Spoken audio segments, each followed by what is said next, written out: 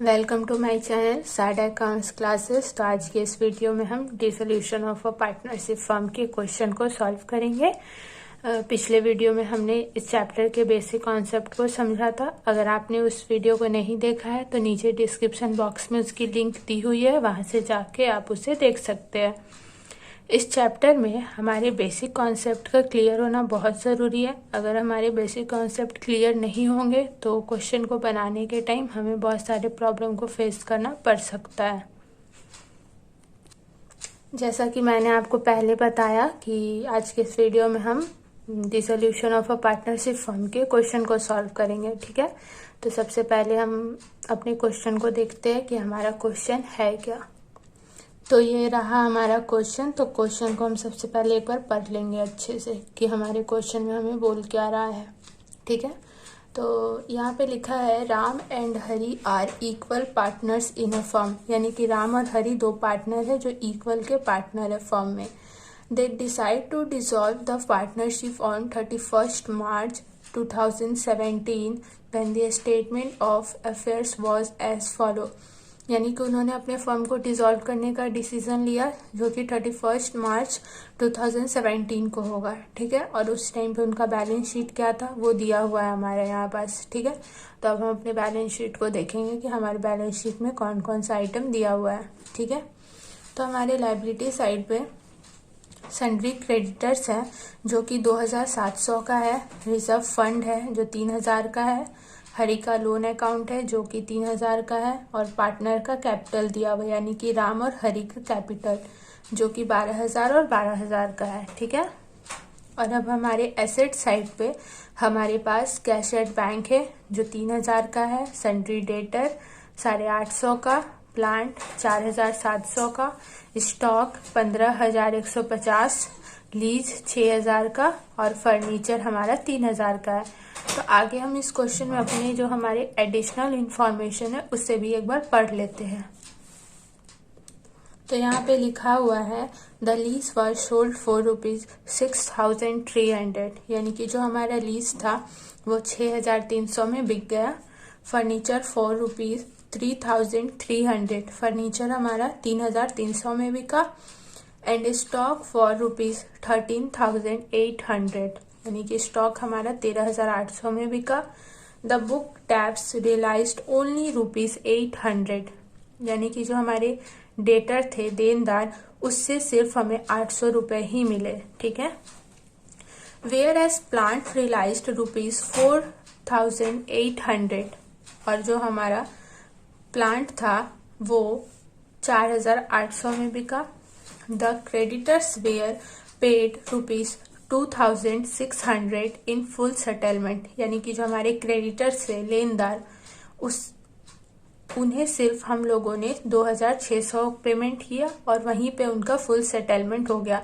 Full settlement का मतलब कि हमने जितने पैसे क्रेडिटर्स को दिए वो उतने में ही मान गए। जैसे कि हमारा जो क्रेडिटर्स था बैलेंस शीट में 2700 का था और यहाँ पर हमने उसे सिर्फ 2600 दिए और उतने में ही वो मान गए। ठीक है, यानी कि उनका वहीं पे फुल सेटलमेंट हो गया। और फिर आगे बोल रहा है expenses of realisation amounted to ₹500, यानी कि रियलाइजेशन पे हमारा जो एक्सपेंस हुआ वो 500 का हुआ। ठीक है, तो आगे हम देखते हैं कि अब बोल क्या रहा है।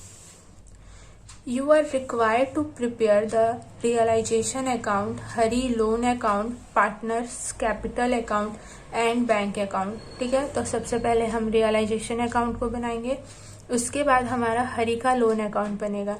इस क्वेश्चन में हम हरी के लोन अकाउंट को इसलिए बना रहे क्योंकि देखिए हमारे बैलेंस शीट में हरी का लोन दिया हुआ है, यानी कि हरी हमारा कौन है, पार्टनर है। तो इस क्वेश्चन में पार्टनर का लोन है, इसीलिए हम इस क्वेश्चन में पार्टनर के लोन अकाउंट को प्रिपेयर करेंगे। अगर किसी क्वेश्चन में पार्टनर का लोन न दिया हो बैलेंस शीट में तो उस क्वेश्चन में हम पार्टनर के लोन अकाउंट को प्रिपेयर नहीं करते हैं। ठीक है, उसके बाद हमारा पार्टनर्स का कैपिटल अकाउंट बनेगा और उसके बाद हम बैंक अकाउंट को बनाएंगे।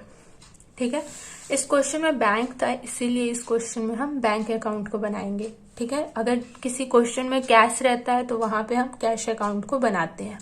ठीक, तो सबसे पहले हम अपने जितने भी अकाउंट्स है उसके प्रोफार्मा को खींच लेंगे, रेडी कर लेंगे। ठीक है, तो ये रहे हमारे सारे अकाउंट। पहला हमारा क्या है, रियलाइजेशन अकाउंट। ठीक है, उसके बाद हमने हरी के लोन अकाउंट को भी बना लिया है। उसके बाद हमारा ये रहा पार्टनर्स का कैपिटल अकाउंट और ये रहा हमारा बैंक अकाउंट। ठीक है, तो अब हम सीधे अपने क्वेश्चन पे चलेंगे। ठीक, तो सबसे पहले हम क्या करेंगे कि अपने पार्टनर के रेशियो को देखते हैं कि हमारे पार्टनर का रेशियो है कितना। तो देखिए यहाँ पे बोला था Ram and Hari are equal partners. ठीक है, राम एंड हरी जो है इक्वल के पार्टनर है, तो उनके रेशियो को जो हम यहाँ पे साइड में लिख लेंगे। ठीक है, राम एंड हरी, ठीक है, इक्वल के पार्टनर से, यानी कि 1/2 एंड 1/2 उनका रेशियो होगा।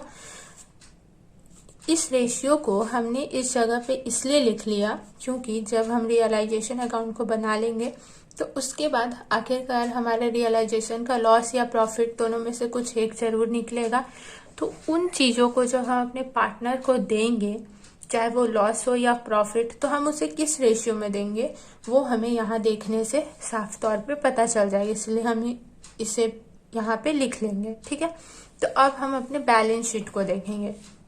तो अब जैसा कि हम जानते हैं कि हमारा फर्म अब डिसॉल्व हो चुका है, तो हमें क्या है कि सारे अकाउंट्स को क्लोज करना पड़ेगा। ठीक है, तो हमारे अकाउंट बैलेंस शीट के अंदर है कुछ एसेट्स भी हमारे पास, कुछ लाइबिलिटीज भी है। तो सबसे पहले हम क्या अपने एसेट्स को सेल करेंगे और उससे मिलने वाले पैसे से अपने लाइबिलिटीज को पे करेंगे। ठीक है, इसलिए हम अपने एसेट साइड के जितने भी आइटम्स होंगे उसे हम क्लोज करेंगे। ठीक, तो हम देखते हैं कि हमारे एसेट साइड पे कौन कौन से आइटम दिए हुए हैं। तो ये रहा हमारा बैलेंस शीट। तो सबसे पहले हम एसेट्स पे चलेंगे। तो हमारा एसेट्स में पहला दिया है कैश एट बैंक, जो कि 3000 का है। ठीक है, तो रियलाइजेशन अकाउंट में हम इसे नहीं ले जाएंगे। जैसा कि मैंने पिछले वीडियो में बताया था कि रियलाइजेशन अकाउंट में हम सिर्फ उन्हीं एसेट्स को ले जाते हैं जिनके बिकने की चांसेस होती है।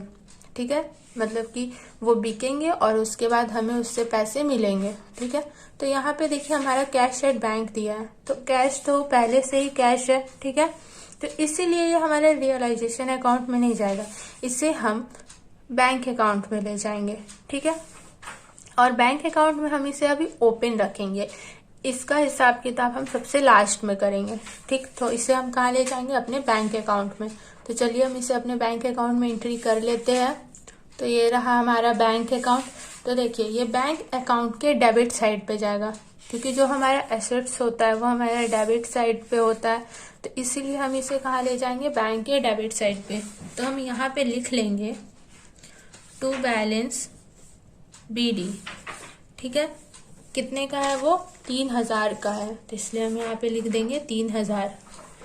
यहाँ पे ये टू बैलेंस BD इसलिए हुआ क्योंकि जो आइटम डेबिट होता है उसका BD बैलेंस भी हमेशा डेबिट साइड पे ही होता है, इसीलिए ये इधर ही आएगा।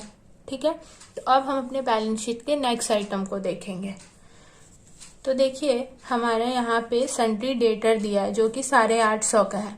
तो ये सन्ड्री डेटर्स यानी कि देनदार है, तो इन देनदारों से हमें जरूर पैसे मिलेंगे, तो ये हमारा रियलाइजेशन अकाउंट में जाएगा। रियलाइजेशन अकाउंट में हम इस अकाउंट को क्लोज करेंगे। ठीक है, तो ये देखिए हमारा डेबिट साइड पे है, एसेट्स है हमारे लिए। तो जब भी हमें किसी डेबिट आइटम को क्लोज करना हो या उसे वहां से हटाना हो तो हम उसे क्रेडिट करते हैं। तो इससे समझने के लिए आखिरकार ये रियलाइजेशन अकाउंट के किस साइड पे जाएगा, हम इसे समझने के लिए एक जनरल एंट्री कर लेते हैं। ठीक है, ताकि हमें कंफ्यूजन ना हो कि आखिरकार ये रियलाइजेशन अकाउंट के इसी साइड पे क्यों गया। ठीक, तो जैसा कि मैंने पहले बताया ये हमारा डेबिट आइटम है, तो इसे हमें क्लोज करना है। ठीक है, यानी कि बंद कर देना है, तो इसे हम क्या कर देंगे, क्रेडिट कर देंगे। ठीक है, तो हमारा जनरल एंट्री क्या हो जाएगा, टू सन्ड्री डेटर अकाउंट। ठीक है, क्रेडिट हम उसे कर देंगे तो वो क्लोज हो जाएगा, जो कि 850 का है। ठीक है, और ये रियलाइजेशन अकाउंट में जाके बंद हो रहा है, तो इसलिए हमारे यहाँ डेबिट क्या हो जाएगा, रियलाइजेशन अकाउंट डेबिट 850 का। ठीक है, जितना अमाउंट बैलेंस शीट में दिया हो उतने ही अमाउंट से हम इस अकाउंट को क्लोज भी करते हैं, ठीक है। अगर एक पैसा कम या एक पैसा ज्यादा हो गया तो ये अकाउंट हमारा ओपन ही रह जाएगा, ठीक है। तो हमारे 850 का था तो हम यहाँ पे 850 लिख देंगे, ठीक। तो ये देखिए हमारा यहाँ रियलाइजेशन क्या है, डेबिट है। तो ये रियलाइजेशन के डेबिट साइड पे हम देखेंगे तो हमारा क्रेडिट क्या है, टू सन्ड्री डेटर अकाउंट, ठीक है। तो हम रियलाइजेशन के डेबिट साइड पे इसे एंट्री करेंगे क्योंकि डेबिट के घर में हमेशा क्रेडिट ही लिखाता है, ठीक है। तो अब हम सीधे रियलाइजेशन अकाउंट पे चलेंगे। तो ये रहा हमारा रियलाइजेशन अकाउंट। तो हमारा जनरल एंट्री क्या था, रियलाइजेशन अकाउंट डेबिट, ठीक है। तो ये रहा हमारा डेबिट साइड और हमारा क्रेडिट क्या है, टू सन्ड्री डेटर अकाउंट। तो हम यहाँ एंट्री कर लेंगे टू सन्ड्री डेटर अकाउंट, ठीक है, जो कि कितने का था, 850 का था। तो हम यहाँ पे अमाउंट क्या लिख देंगे, 850, ठीक है। तो ये हमारा अब अकाउंट क्लोज हो गया सन्ड्री डेटर का। तो अब हम अपनी बैलेंस शीट के नेक्स्ट आइटम को देखेंगे। तो ये देखिए हमारा नेक्स्ट क्या है, प्लांट है जो कि 4700 का है। तो ये भी हमारा सेल होगा, ठीक है, इसे भी हम सेल करेंगे। तो इसका भी जनरल एंट्री सेम ही होगा। क्या है कि ये हमारा डेबिट आइटम है तो इसे हमें क्लोज करना है तो इसे हम क्रेडिट कर देंगे। तो हमारा जनरल एंट्री क्या हो जाएगा, टू प्लांट अकाउंट क्रेडिट और रियलाइजेशन अकाउंट डेबिट, क्योंकि ये भी हमारा रियलाइजेशन अकाउंट में जाके ही क्लोज हो रहा है, ठीक है। तो हमारा जनरल एंट्री हो जाएगा टू प्लांट अकाउंट क्रेडिट और रियलाइजेशन अकाउंट डेबिट। तो देखिए हमारे यहाँ रियलाइजेशन डेबिट है तो हम रियलाइजेशन के डेबिट साइड पे चलेंगे और वहां पे हम लिखेंगे टू प्लांट अकाउंट, क्योंकि डेबिट के घर में हमेशा क्रेडिट, ठीक है। तो हम अब लिख लेते हैं इसे। तो ये रहा हमारे रियलाइजेशन अकाउंट के डेबिट साइड। तो हमें यहाँ क्या लिखना है, टू प्लांट अकाउंट, ठीक है, जो कि हमारा 4700 का था। तो हम इसे यहाँ पे लिख लेंगे। उसके बाद हम अपने बैलेंस शीट के नेक्स्ट आइटम को देखते हैं। तो ये रहा हमारा नेक्स्ट। तो हमारा यहाँ पे क्या दिया हुआ, स्टॉक, जो कि 15,150 का है। तो इसे भी हम सेल करेंगे। तो इसके अकाउंट जब हम सेल कर देंगे तो इसका अकाउंट भी क्लोज हो जाएगा। तो हमारा जनरल एंट्री सेम हो जाएगा, रियलाइजेशन अकाउंट डेबिट और टू स्टॉक अकाउंट क्रेडिट, क्योंकि ये रियलाइजेशन अकाउंट में जाके क्लोज हो रहा है, ठीक है। तो इसका भी जनरल एंट्री सेम हो जाएगा। तो इसे एक बार हम देख लेते हैं। तो ये रहा हमारा जनरल एंट्री, देखिए रियलाइजेशन अकाउंट डेबिट और टू स्टॉक अकाउंट 15,150, ठीक है। तो इसे भी हम रियलाइजेशन अकाउंट में एंट्री कर लेते हैं, ठीक है। तो ये रहा हमारा रियलाइजेशन अकाउंट। हमारे यहाँ क्रेडिट क्या है, टू स्टॉक अकाउंट, ठीक है। तो हम यहाँ पे लिख लेंगे टू स्टॉक अकाउंट 15,150। अब हम अपने नेक्स्ट आइटम को देखते हैं। तो ये रहा हमारा नेक्स्ट लीज है जो कि 6,000 का है। तो इसे भी हम क्लोज कर देंगे, यानी इसकी सेल कर देंगे। तो हमारा जनरल एंट्री सेम हो जाएगा, रियलाइजेशन अकाउंट डेबिट और टू लीज अकाउंट, ठीक है। तो टू लीज अकाउंट है और ये रियलाइजेशन के डेबिट साइड पे जाएगा। तो एक बार हम जनरल एंट्री भी देख लेंगे ताकि हमें कोई डाउट ना रहे। तो ये रहा रियलाइजेशन अकाउंट डेबिट और टू लीज अकाउंट, ठीक है। तब हम इसे एंट्री कर ले। तो ये रहा हमारे रियलाइजेशन अकाउंट और हमारा क्रेडिट आइटम क्या था, टू लीज अकाउंट। तो हम यहाँ पे क्या लिख देंगे, टू लीज अकाउंट 6,000, ठीक है। ये भी हो गया। अब अपने नेक्स्ट आइटम को देखते हैं बैलेंस शीट में। तो उसके बाद हमारे पास फर्नीचर है जो कि 3,000 का, इसे भी हम सेल कर देंगे। तो हमारा जनरल एंट्री हो जाएगा रियलाइजेशन अकाउंट डेबिट और टू फर्नीचर अकाउंट, ठीक है। तो इसे भी हम एक बार देख लेते हैं। तो ये रहा हमारा general entry, realisation account debit और टू फर्नीचर अकाउंट 3,000, ठीक है। तो इसे भी हम एंट्री करेंगे रियलाइजेशन अकाउंट में। तो यहाँ हमारा रियलाइजेशन भी डेबिट है, तो डेबिट के घर में क्रेडिट, तो हमारा वहां पे हो जाएगा टू फर्नीचर अकाउंट, ठीक है। तो अब हम रियलाइजेशन में यहाँ लिख लेंगे टू फर्नीचर अकाउंट, कितना, 3,000, ठीक है। अब हमने देखा कि हमारे जो एसेट साइड के आइटम थे वो सब कंप्लीट हो गए। तो अब हम सीधे अपने लाइबिलिटी साइड पे आ जाएंगे, ठीक है। तो जैसे कि हम फर्म के डिसॉल्व होने के बाद अपने एसेट्स को सेल करते हैं तो उसी तरह हम अपने लाइबिलिटीज को भी पे करते हैं। तो जब हम अपने लाइबिलिटीज को पे करेंगे तो हमारा जो लायबिलिटी साइड का जो भी आइटम होगा वो क्लोज हो जाएगा, यानी कि उससे भी हमें बंद करना होगा। ठीक है, तो इन सभी आइटम्स को भी हम जर्नल एंट्री के थ्रू ही समझेंगे। ठीक है, तो सबसे पहले हमारे लायबिलिटी साइड पे सन्ड्री क्रेडिटर्स दिया हुआ है। ठीक है, जो कि 2700 का है। तो इसे भी हम जब पे करेंगे तो ये देखिए हमारा क्रेडिट आइटम है। तो जब हम इसे पे कर देंगे यानी कि हमारा अकाउंट क्लोज हो जाएगा। तो किसी भी क्रेडिट आइटम को जब क्लोज यानी कि हटाना हो, बंद करना हो, तो हम उसे डेबिट करते हैं। तो ये हमारा क्या हो जाएगा, journal entry sundry creditors account debit to realisation account. ठीक है, तो ये देखिए हमारा क्या हो जाएगा, जर्नल एंट्री यही होगा, क्योंकि जो हमारा क्रेडिटर्स था वो क्रेडिट आइटम था, उसे अब हम पैसे पे कर देंगे तो उसका अकाउंट क्या क्लोज हो जाएगा, यानी कि बंद हो जाएगा। तो उससे हम डेबिट कर देंगे। और ये किस अकाउंट में हम जाके पे कर रहे हैं, रियलाइजेशन अकाउंट में, इसलिए हमारा टू रियलाइजेशन अकाउंट हो जाएगा 2700। तो इससे भी हम रियलाइजेशन अकाउंट में एंट्री कर देंगे। तो यहाँ पे हमारा जो रियलाइजेशन अकाउंट क्रेडिट साइड पे है, तो क्रेडिट के घर में हमेशा डेबिट होता है। तो हमारा वहाँ पे लिखा जाएगा बाय सन्ड्री क्रेडिटर्स अकाउंट। ठीक है, तो अब हम इसे एंट्री कर लेते हैं। तो ये रहा हमारा रियलाइजेशन अकाउंट और उसके क्रेडिट साइड पे हम चलेंगे। तो हमारा डेबिट क्या था, देखिए हमारा डेबिट था सन्ड्री क्रेडिटर्स अकाउंट डेबिट। तो हम यहाँ पे लिख देंगे बाय सन्ड्री क्रेडिटर्स।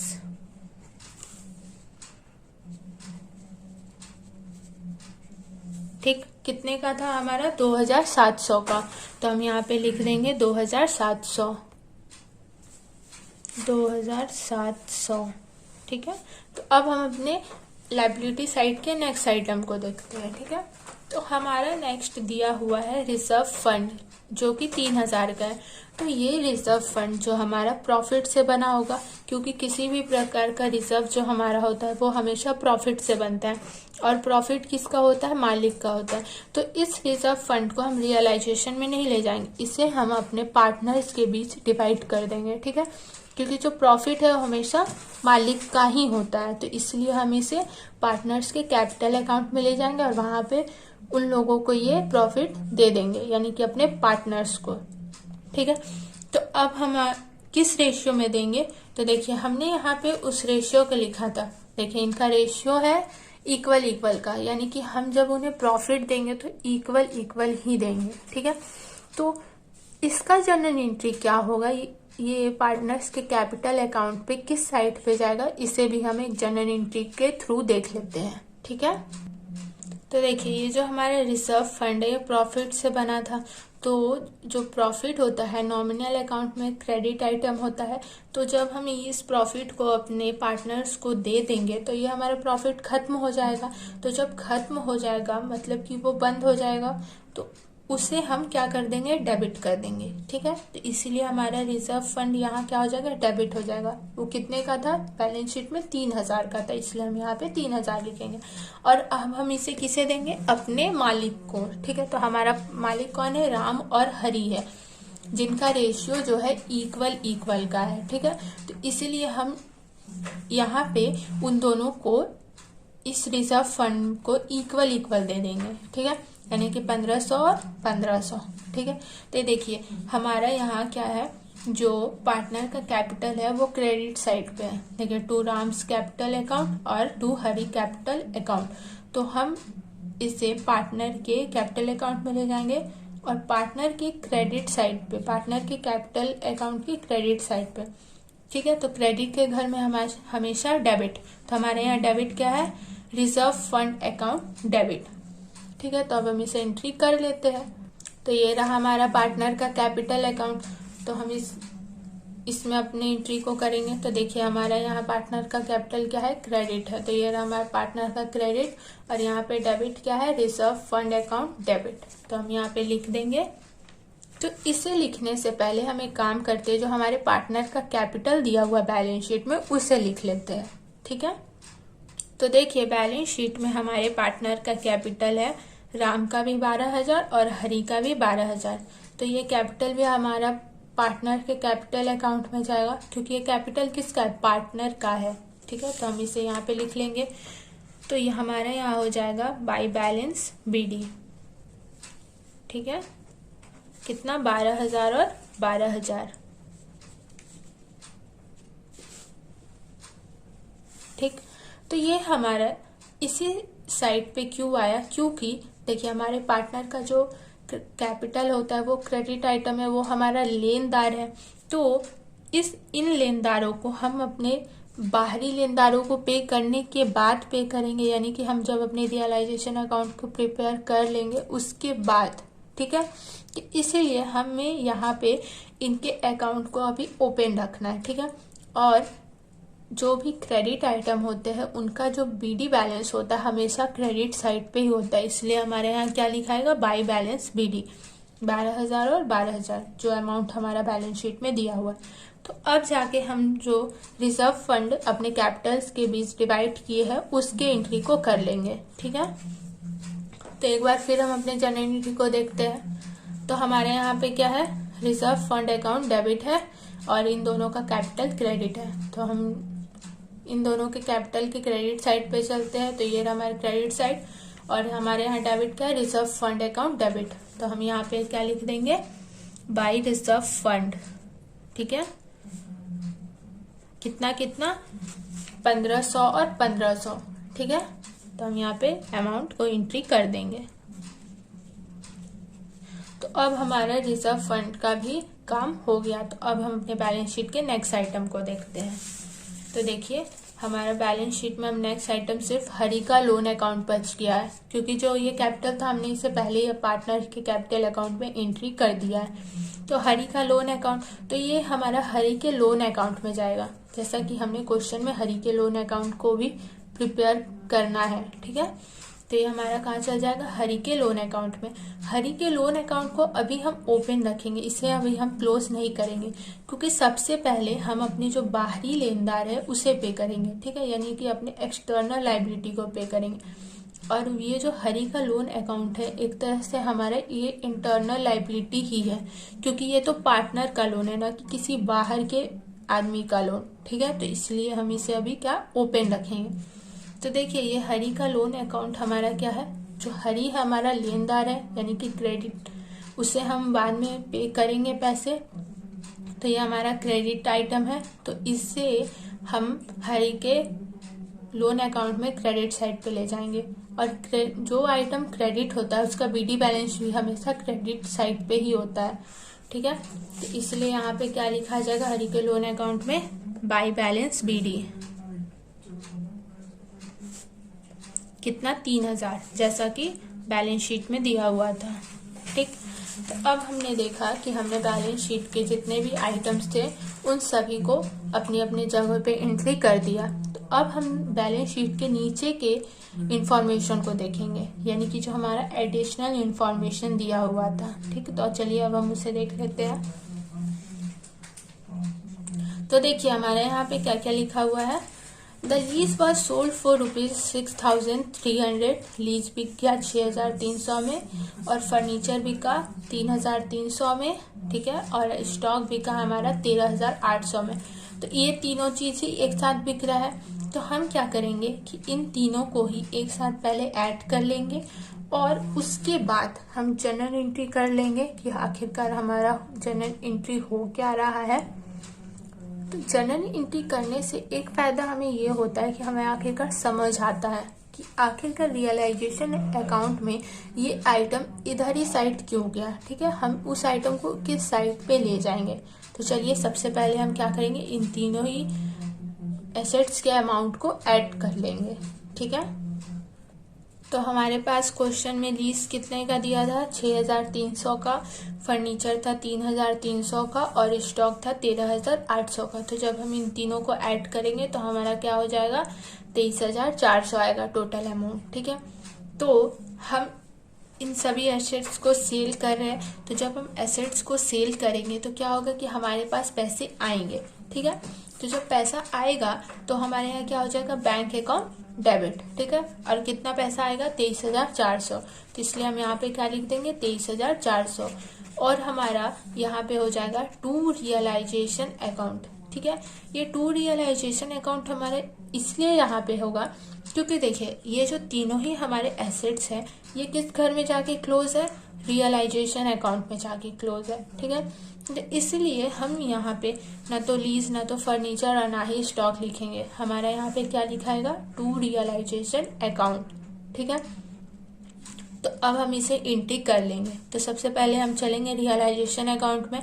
तो देखिए हमारा रियलाइजेशन अकाउंट यहाँ क्या है, क्रेडिट है। तो रियलाइजेशन के क्रेडिट में चलेंगे और वहाँ पे हम एंट्री करेंगे बाई बैंक अकाउंट, क्योंकि क्रेडिट के घर में डेबिट, ठीक है। तो हम रियलाइजेशन अकाउंट में एंट्री कर लेते हैं। तो ये रहा हमारा रियलाइजेशन अकाउंट के क्रेडिट साइड। तो हमारे यहाँ डेबिट क्या था, बैंक अकाउंट डेबिट 23,400। तो हमारे यहाँ पे क्या लिखा जाएगा, बाई बैंक अकाउंट 23,400। हम यहाँ ब्रैकेट पे लिख देंगे एसेट्स रियलाइज्ड। इसे लिखने से क्या होगा कि हमें ये पता चलेगा कि आखिरकार ये पैसे हमारे पास आए कहाँ से थे, ठीक है। तो हम यहाँ पे लिख देंगे एसेट्स रियलाइज्ड। इससे हमें ये मालूम चलेगा कि जब हम एसेट्स को सेल किए थे तो उससे हमें ये पैसे मिले थे, ठीक है। तो अब हमने रियलाइजेशन अकाउंट में एंट्री कर लिया। तो देखिए हमारा यहाँ डेबिट क्या था, बैंक अकाउंट डेबिट, यानी कि बैंक अकाउंट में भी हमें इसे एंट्री करना पड़ेगा। तो हमारे यहाँ क्या, बैंक यहाँ डेबिट है तो डेबिट के घर में क्रेडिट, तो हमारा यहाँ क्रेडिट क्या है, टू रियलाइजेशन अकाउंट, ठीक है। तो सबसे पहले हम चलते हैं अपने बैंक अकाउंट में। तो ये रहा हमारा बैंक अकाउंट। तो यहाँ हमारा बैंक क्या है, डेबिट है, ठीक है। तो हम इसे डेबिट साइड पे चलेंगे और हमारा क्रेडिट क्या है, टू रियलाइजेशन अकाउंट, ठीक है। तो यहाँ पे हमारा क्या लिखा जाएगा, टू रियलाइजेशन अकाउंट 23,400। तो हम यहाँ पे लिख लेते हैं टू रियलाइजेशन अकाउंट 23,400, ठीक है। तो अब हमने बैंक अकाउंट में भी एंट्री कर लिया। तो अब हम सीधे अपने क्वेश्चन पे चलेंगे कि आखिरकार आगे क्वेश्चन में हमें बोल क्या रहा है।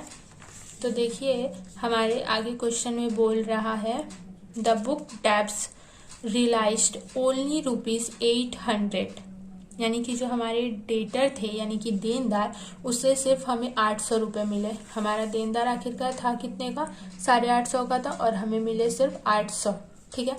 तो जब हमारे पास डेटर जब हमें पैसे देंगे तो हमारे पास क्या है, पैसे आएंगे, ठीक है। तो जब पैसे आएंगे तो हमारा जनरल एंट्री क्या हो जाएगा, बैंक अकाउंट डेबिट, क्योंकि पैसा आ रहा है। और यहाँ पे क्या हो जाएगा, टू रियलाइजेशन अकाउंट, क्योंकि जो हमारा डेटर का अकाउंट था वो रियलाइजेशन अकाउंट में अब जाके क्लोज हो चुका है, ठीक है। तो इसलिए हम यहाँ पे टू रियलाइजेशन अकाउंट लिखेंगे 800। तो अब हम इसे एंट्री करेंगे। तो सबसे पहले हम रियलाइजेशन अकाउंट पे चलते हैं। तो देखिए हमारे रियलाइजेशन यहाँ क्रेडिट है, तो क्रेडिट के घर में डेबिट, तो हमारा रियलाइजेशन के क्रेडिट साइड पे लिखा जाएगा बाई बैंक, ठीक है। तो हम इधर लिख लेंगे क्या, हमारा लिखा जाएगा बाई बैंक अकाउंट। तो हम यहाँ पे लिख देंगे बाई बैंक अकाउंट। ये पैसे हमें आखिरकार किससे मिल रहे हैं, डेटर से, ठीक है। तो इसलिए हम यहाँ ब्रैकेट में लिख देंगे डेटर, ठीक है, ताकि हमें मालूम चले कि ये पैसे हमें किससे मिले थे, कितने मिल रहे हैं, 800, ठीक है। तो इसलिए हम यहाँ पे लिख देंगे। देखिए हमारा यहाँ जो डेटर था 850 का था और हमें सिर्फ यहाँ से 800 ही मिल रहे हैं। तो जो हमारे पास आखिरकार हमें 50 रुपए का लॉस हो रहा है, तो उस लॉस को हमें एंट्री करने का कोई ज़रूरत नहीं है, वो ऑटोमेटिक ही हमारे रियलाइजेशन अकाउंट में हमारा जो भी लॉस हो प्रॉफिट हो हमारे एंट्री हो जाता है। क्योंकि देखिए हमारे यहाँ डेबिट कितना है, 850 है और हमारा क्रेडिट कितना, सिर्फ 800 हुआ, यानी कि हमारा ऑटोमेटिक ही वो लॉस प्रॉफिट रियलाइजेशन अकाउंट में बन जाता है, तो उससे हमें एंट्री करने की कोई ज़रूरत नहीं है। तो जैसा कि हम देख लिए कि हमारे रियलाइजेशन अकाउंट में एंट्री हो चुका है, तो अब हम अपने बैंक अकाउंट में भी एंट्री कर लेंगे, ठीक है। तो अब हम चलेंगे अपने बैंक अकाउंट में। तो ये रहा हमारा बैंक अकाउंट। तो देखते हैं हमारे यहाँ बैंक था क्या। देखिए हमारा बैंक यहाँ डेबिट साइड पे है, तो डेबिट के घर में क्रेडिट, तो हमारे यहाँ क्या लिखा जाएगा, टू रियलाइजेशन अकाउंट 800। तो ये हमारा डेबिट साइड, तो हम यहाँ पे लिख देंगे टू रियलाइजेशन अकाउंट, कितना, 800, ठीक है। तो ये हमारा डेटर का भी अब काम खत्म हो गया। तो आगे हम क्वेश्चन में देखते हैं। तो आगे हमें क्वेश्चन में बोल रहा है, वेयर एज प्लांट रियलाइज्ड 4800, यानी कि जो हमारा प्लांट था वो कितने में बिक गया, 4800 में बिक गया। ठीक है, तो जब प्लांट बिकेगा तो हमारे पास पैसे आएंगे। ठीक है, तो जब पैसे आएंगे तो हमारे जनरल एंट्री क्या हो जाएगा, बैंक अकाउंट डेबिट, पैसा आ रहा है 4800, और टू रियलाइजेशन अकाउंट। ठीक है, प्लांट किस घर में बंद है, रियलाइजेशन अकाउंट में। ठीक है, 4800। तो अब हम रियलाइजेशन में एंट्री करेंगे, तो हमारे यहाँ रियलाइजेशन क्रेडिट है, तो क्रेडिट के घर में डेबिट, तो हमारा वहाँ क्या लिखा जाएगा, बाय बैंक अकाउंट। तो ये रहा हमारा रियलाइजेशन अकाउंट क्रेडिट साइड, तो हमारा वहाँ डेबिट क्या था, बाय बैंक अकाउंट, तो हम यहाँ पे लिख लेंगे बाय बैंक अकाउंट, कितना, 4800।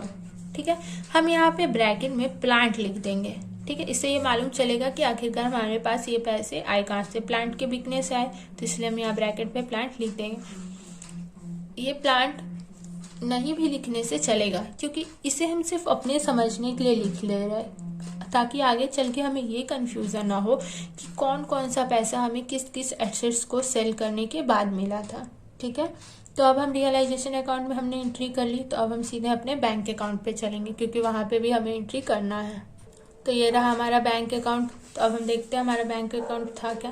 देखिए हमारा बैंक अकाउंट यहाँ डेबिट है, तो डेबिट के घर में क्रेडिट। ठीक है, तो हमारे यहाँ क्रेडिट क्या हो जाएगा, टू रियलाइजेशन अकाउंट, तो हम यहाँ पे एंट्री करेंगे टू रियलाइजेशन अकाउंट, कितना, 4800। ठीक है, तो अब हम अपने क्वेश्चन को आगे देखते हैं। ठीक है, तो आगे हमारे क्वेश्चन में बोल रहा है the creditors were paid ₹2600 in food settlement. ठीक है, तो क्रेडिटर्स को हमें कितने पे करना है, 2600।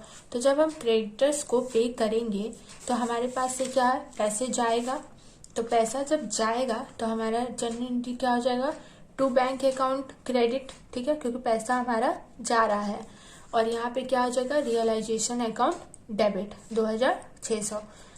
ठीक, ये जो हमारा सन्ड्री क्रेडिटर्स था वो रियलाइजेशन अकाउंट में जाके बंद है, तो इसलिए हम यहाँ पे क्या लिख देंगे, रियलाइजेशन अकाउंट डेबिट। तो अब हम इसे एंट्री कर लेंगे रियलाइजेशन अकाउंट पे। हमारा यहाँ रियलाइजेशन अकाउंट जो है डेबिट है, तो डेबिट के घर में क्रेडिट, तो हमारा डेबिट साइड पे क्या लिखाएगा, टू बैंक अकाउंट। तो ये रहा हमारा रियलाइजेशन अकाउंट। तो हमारे रियलाइजेशन डेबिट था और उसके क्रेडिट में क्या था, टू बैंक अकाउंट। ठीक है, 2600, इसलिए हम यहाँ पे लिख देंगे टू बैंक अकाउंट 2600, और यहाँ हम ब्रैकेट में लिख देंगे क्रेडिटर्स। ठीक है, इसे लिखने से क्या होगा कि हमें ये पता चलेगा कि आखिरकार इस पैसे को हमने किस लिए पे किया था। ठीक है, रियलाइजेशन में अब हमने एंट्री कर लिया, तो अब हम सीधे अपने बैंक अकाउंट में चलेंगे, क्योंकि हमें वहां पे भी एंट्री करनी है। तो ये रहा हमारा बैंक अकाउंट। तो देखिए हमारे यहाँ बैंक क्या था, क्रेडिट था, तो क्रेडिट के साइड पे चलेंगे, तो क्रेडिट के घर में डेबिट, तो हमारा डेबिट क्या है, रियलाइजेशन अकाउंट डेबिट है, तो इसलिए हमारे यहाँ क्या लिखा जाएगा, बाय रियलाइजेशन अकाउंट, कितना, 2600। ठीक है, ये हो गया। अब हम अपने आगे के क्वेश्चन को देखते हैं। तो आगे हमारे पास क्वेश्चन में बोल रहा है expenses of realisation amounted to ₹500, यानी कि रियलाइजेशन पे हमारा कितना एक्सपेंस लग रहा है, 500। तो जब हमारा एक्सपेंस होगा, यानी कि जब हमारे पास से खर्च होगा, तो हमारे पास से ऑटोमेटिक पैसे जाएंगे। तो जब पैसे जाएंगे तो उसका जनरल क्या हो जाएगा, पैसे जा रहे हैं तो हमारा हो जाएगा टू बैंक अकाउंट क्रेडिट 500, और ये हमारे लिए एक्सपेंस है जो कि हम रियलाइजेशन अकाउंट में करेंगे, तो हमारा यहाँ क्या हो जाएगा, रियलाइजेशन अकाउंट डेबिट 500। तो हम इसे एंट्री कर लेंगे। तो सबसे पहले हम रियलाइजेशन अकाउंट में चलेंगे, तो हमारा यहाँ डेबिट है, तो डेबिट के घर में क्रेडिट, तो हमारा क्रेडिट क्या है, टू बैंक अकाउंट 500। तो ये रहा हमारे रियलाइजेशन अकाउंट। ठीक है, तो हम इसे यहाँ पे एंट्री कर लेते हैं। तो देखिए हमारे यहाँ क्रेडिट क्या लिखा हुआ था, टू बैंक अकाउंट, तो इसलिए हम यहाँ पे लिख देंगे टू बैंक अकाउंट, और यहाँ पे हम ब्रैकेट में एक्सपेंसेस लिख लेंगे। ठीक है, ताकि हमें समझने में आसानी हो। कितना था? 500, इसलिए हमने यहाँ पे लिख लिया। रियलाइजेशन अकाउंट में हमने एक्सपेंस की एंट्री को कर दिया, तो अब हम सीधे अपने बैंक अकाउंट में चलेंगे। ठीक है, तो ये रहा हमारा बैंक अकाउंट। तो देखिए हमारे यहाँ जो बैंक था वो क्रेडिट था। ठीक है, तो क्रेडिट के घर में हम क्या लिखेंगे? डेबिट। तो हमारे यहाँ क्या लिखा जाएगा? By realisation account. ठीक है, कितना? 500। ठीक है, तो क्वेश्चन में जितने भी इंफॉर्मेशन दिए हुए थे उन सभी को हमने एंट्री कर लिया। ठीक है, सारे एंट्री करने के बाद हमें क्वेश्चन में एक बार जरूर देख लेना चाहिए कि हमने अपनी लायबिलिटीज को पूरी तरह से पे किया है कि नहीं किया है। क्योंकि कभी कल क्या होता है कि हमारे पास जो क्वेश्चन होते हैं उसमें कुछ लायबिलिटीज को पे करना है या नहीं करना है वो लिखा हुआ नहीं होता है, लेकिन वो लायबिलिटीज का भुगतान करना हो ना करना हो, ये लिखा हो या ना लिखा हो क्वेश्चन में, हमें उसे पे करना ही पड़ता है। ठीक है, तो रियलाइजेशन अकाउंट में सारे एंट्री करने के बाद हमें एक बार देख लेना चाहिए। तो देखिए हमें यहाँ पे हमारे पास सिर्फ एक ही लायबिलिटी था जो कि सन्ड्री क्रेडिटर्स था, उसे भी हमने पे कर दिया था। देखिए यहाँ पे हमने पे किया था। ठीक है, एसेट साइड पे हमें देखने की कोई ज़रूरत नहीं है कि हमारे एसेट्स बिके कि नहीं बिके, क्योंकि हो सकता है कि कुछ एसेट्स जो है वो ना बिके हो, वो बर्बाद हो गए हो, खराब हो गए हो। ठीक है, तो इसलिए हमें इसे देखने की कोई जरूरत नहीं है, सिर्फ हमें अपने लायबिलिटी साइड पे देखना चाहिए। तो इस क्वेश्चन में ऐसा कुछ नहीं था, हमने अपने लायबिलिटी को पे कर दिया। तो अब हम ये देखेंगे कि रियलाइजेशन के टाइम पे हमें क्या हो रहा है, आखिरकार प्रॉफिट हुआ हमें या लॉस हुआ। ठीक है, तो उस लॉस प्रॉफिट को निकालने के लिए हम क्या करेंगे? दोनों साइड को देखेंगे रियलाइजेशन के, और जो साइड बड़ा होगा उससे छोटे वाले साइड से माइनस कर देंगे। तो इस क्वेश्चन में हमारा इस साइड बड़ा है। ठीक है, तो इसे हम टोटल करेंगे। तो इसे टोटल करने पे हमारा जो अमाउंट है वो आएगा 32,800। ठीक है, तो ये बड़ा साइड है, तो इसे हम छोटे वाले साइड से माइनस कर देंगे। ठीक है, तो ये हमारा, तो हम यहाँ पे लिख देंगे 32,800, और इस 32,800 को हम जब इन सारे अमाउंट से माइनस करेंगे तो हमारा नेट रिजल्ट आएगा 1,100। ठीक है, तो देखिए ये हमारा क्या हो रहा है? लॉस हो रहा है। ठीक है, क्वेश्चन में चाहे लॉस हो या प्रॉफिट, हम उन सभी को अपने पार्टनर्स को देते थे। हमारे यहाँ क्या हो रहा है? लॉस हो रहा है, तो हम उसे अपने पार्टनर्स को देंगे। किस रेशियो में देंगे? जो रेशियो हमारा क्वेश्चन में दिया होता है। हमारे यहाँ क्या रेशियो जो है इक्वल का है, तो इसलिए हम इस अमाउंट को दोनों में इक्वल डिवाइड करेंगे। ठीक है, तो जब हम इक्वली से डिवाइड करेंगे तो हमारा क्या आ जाएगा?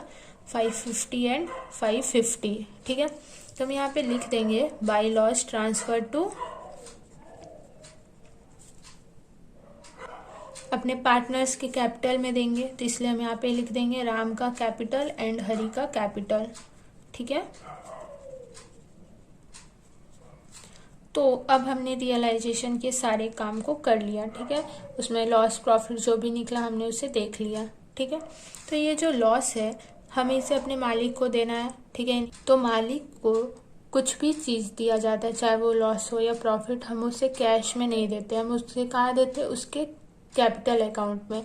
तो हम इसे कहाँ पे ले जाएंगे? पार्टनर्स के कैपिटल अकाउंट में। ठीक है, तो जब हम पार्टनर को लॉस देंगे तो उसका जो कैपिटल होगा वो घट जाएगा। तो जो हमारा पार्टनर का कैपिटल है वो क्रेडिट आइटम है, तो जब वो घटेगा तो हमारा वो डेबिट हो जाएगा। ठीक है, तो इसीलिए हम कहाँ चल जाएंगे? पार्टनर के कैपिटल अकाउंट में। तो पार्टनर के कैपिटल अकाउंट के डेबिट साइड पे, क्योंकि जब हम उसे लॉस देंगे तो क्या होगा कि उसका जो कैपिटल है वो घटेगा। ठीक है, और वो लॉस हमारे किस चीज़ का? रियलाइजेशन का है, तो इसलिए हम यहाँ पे क्या लिख देंगे? To realisation account. ठीक है, तो ये देखिए हमारा इसका जनरल एंट्री भी हम इसे कर सकते हैं। हमने लॉस दिया मालिक को, तो उसका जो कैपिटल है वो घटेगा तो डेबिट। ठीक है, तो ये हमारा डेबिट हो गया, और ये लॉस किस चीज़ का था? रियलाइजेशन का। ठीक है, तो इसलिए हम यहाँ पे क्या लिखेंगे? To realisation account. तो देखिए हमारा डेबिट है, तो पार्टनर के डेबिट में चलेंगे, तो डेबिट के घर में क्रेडिट, तो हमारे यहाँ इसलिए क्या लिखाएगा? To realisation account. ठीक है, कितना कितना लॉस हमें उसे देना है, देखिए 550 और 550, तो इसलिए हम यहाँ पे लिख देंगे 550 और 550। ठीक है, तो अब हमने उसे लॉस भी दे दिया। तो अब हम सीधे चलेंगे अपने हरि के लोन अकाउंट में। ठीक है, यानी कि जो पार्टनर का लोन हमारे पास होगा। ठीक है, तो जो अब हमने रियलाइजेशन अकाउंट में अपने एसेट्स को सेल किया और अपने लायबिलिटीज को भी पे कर दिया। तो अब हम इसे पे करेंगे। तो जब हम इसे पे करेंगे तो हमारा इसके अकाउंट क्लोज हो जाएगा, इसका अकाउंट हमारा क्लोज हो जाएगा और हमारे पास से क्या हो जाएगा, पैसा चला जाएगा। ठीक है, तो इसका जनरल क्या हो जाएगा, पैसा हमारे पास से जाएगा तो हो जाएगा टू बैंक अकाउंट। ठीक है, क्रेडिट, और इसका अकाउंट जबकि क्लोज हो जाएगा, जब हम उसे लोन चुका देंगे तो यहाँ हो जाएगा हरि का लोन अकाउंट डेबिट। तो सबसे पहले हम हरि के लोन अकाउंट में एंट्री कर लेंगे। तो देखिए हमारे यहाँ हरि का लोन डेबिट है, तो डेबिट के घर में क्रेडिट, तो हमारे यहाँ क्रेडिट क्या है, टू बैंक अकाउंट, तो इसलिए हम यहाँ पे लिखेंगे टू बैंक अकाउंट। ठीक है, कितना, 3000। ठीक है, तो देखिए अब हमने हरि के लोन अकाउंट में एंट्री कर लिया, तो अब हम अपने बैंक अकाउंट में भी एंट्री करेंगे। ठीक है, तो हम सीधे चलते हैं अपने बैंक अकाउंट। तो ये रहा हमारा बैंक अकाउंट। तो देखिए हमारे यहाँ बैंक क्या था, क्रेडिट था। ठीक है, तो क्रेडिट के घर में डेबिट, तो हमारे यहाँ डेबिट क्या है, हरि का लोन अकाउंट, इसलिए हम यहाँ क्या लिख देंगे, हरि का लोन अकाउंट। ठीक है, कितना, 3000। ठीक, तो अब हमने बैंक अकाउंट में भी इसे एंट्री कर ली। तो जब हम अपने पार्टनर को लोन चुका देंगे तो उसका जो लोन है वो पूरी तरह से चुक जाएगा, तो उसके अकाउंट हो जाएगा क्लोज। तो देखिए हमारे यहाँ अकाउंट को हम अपने अकाउंट को कर देंगे क्लोज। ठीक है, यानी कि हमने उसे लोन चुका दिया तो उसका अकाउंट हो गया क्लोज। ठीक है, वो भी पूरे पैसे से, यानी कि 3000 था उसका लोन, हमने 3000 पूरे पे कर दिए। ठीक है, इसका भी काम अब हो गया खत्म। तो अब हम सीधे चलेंगे अपने पार्टनर के कैपिटल अकाउंट में। ठीक है, तो ये हमारा पार्टनर का कैपिटल अकाउंट। तो अब हम इसके हिसाब को करेंगे। ठीक है, कि आखिरकार हमें अपने पार्टनर को पैसे देने पड़ेंगे या पार्टनर हमें पैसे ला करके देगा। बहुत सारे क्वेश्चन में क्या होता है कि जो पार्टनर होता है वो अपने कैपिटल से ज़्यादा पैसा व्यापार में से ड्राइंग कर लेता है, तो उस कंडीशन में उसे व्यापार को पैसे ला करके देने पड़ते हैं। ठीक है, तो हम देखते हैं कि इस क्वेश्चन में क्या है। तो इस क्वेश्चन में हम पार्टनर के कैपिटल को कैसे निकालते हैं, तो देखेंगे कि हमारा कौन साइड बड़ा है। ठीक है, बड़े साइड को छोटे से माइनस कर देंगे। तो देखिए हमारा ये साइड ही बड़ा है। ठीक है, तो हमारा टोटल कर लेंगे सबसे पहले, तो ये हो जाएगा 13500 और ये भी कितना हो जाएगा, 13500। ठीक है, तो अब इस 13500 को अब हम इस साइड पे लेके आएंगे। तो हम यहाँ पे लिख लेते हैं 13500 और 13500। ठीक, कुछ क्वेश्चन में क्या होता है कि एक पार्टनर का जो कैपिटल है इस साइड बड़ा होता है और दूसरे का इधर। ठीक है, तो इसलिए हमें ये एक बार जरूर देख लेना चाहिए कि दोनों का कैपिटल एक ही साइड बड़ा है कि या अलग अलग। ठीक है, तो इसमें ऐसा कुछ नहीं है, इसमें इन दोनों का कैपिटल इस साइड पे ही बड़ा है, तो इसलिए हम इसे माइनस करेंगे। तो जब हम माइनस करेंगे तो हमारा आ जाएगा 12950 और इसका भी जब हम माइनस करेंगे तो ये भी आ जाएगा 12950। ठीक है, यानी कि इनका हिसाब हो गया। ठीक है, तो ये देखिए इनका यहाँ क्रेडिट बैलेंस निकल रहा है। ठीक है, तो अब हमें इन्हें पैसे देने होंगे। ठीक है, तो जब हम अपने मालिक को पैसे देंगे तो हमारे पास से क्या होगा, पैसे जाएंगे। ठीक है, तो जब पैसा जाएगा तो हमारा जनरल एंट्री हो जाएगा टू बैंक अकाउंट। ठीक है, क्रेडिट, क्योंकि हमारे पास से क्या है, पैसे जा रहे हैं। और जब हम अपने मालिक को उसके पैसे दे देंगे, ठीक है, यानी उसका कैपिटल चुक जाएगा, तो उन लोगों का अकाउंट क्या हो जाएगा, क्लोज हो जाएगा। ठीक है, तो वो हमारा लेनदार था, यानी कि क्रेडिट आइटम। तो जब हम किसी भी क्रेडिट आइटम को भुगतान कर देते हो तो वो डेबिट हो जाता है, तो इसलिए यहाँ पे क्या हो जाएगा, डेबिट हो जाएगा। ठीक है, यानी कि इन दोनों का जो कैपिटल अकाउंट था वो क्लोज हो गया। ठीक है, तो अब हम इसे एंट्री कर लेते हैं। तो देखिए यहाँ हमारा डेबिट है, तो डेबिट के घर में क्रेडिट, इसलिए हमारे यहाँ क्या लिखा जाएगा, टू बैंक अकाउंट। ठीक है, तो ये अब हमने पार्टनर के कैपिटल अकाउंट में एंट्री कर लिया, तो अब हम अपने बैंक अकाउंट में एंट्री करेंगे। तो सीधे हम चलते हैं अपने बैंक अकाउंट में।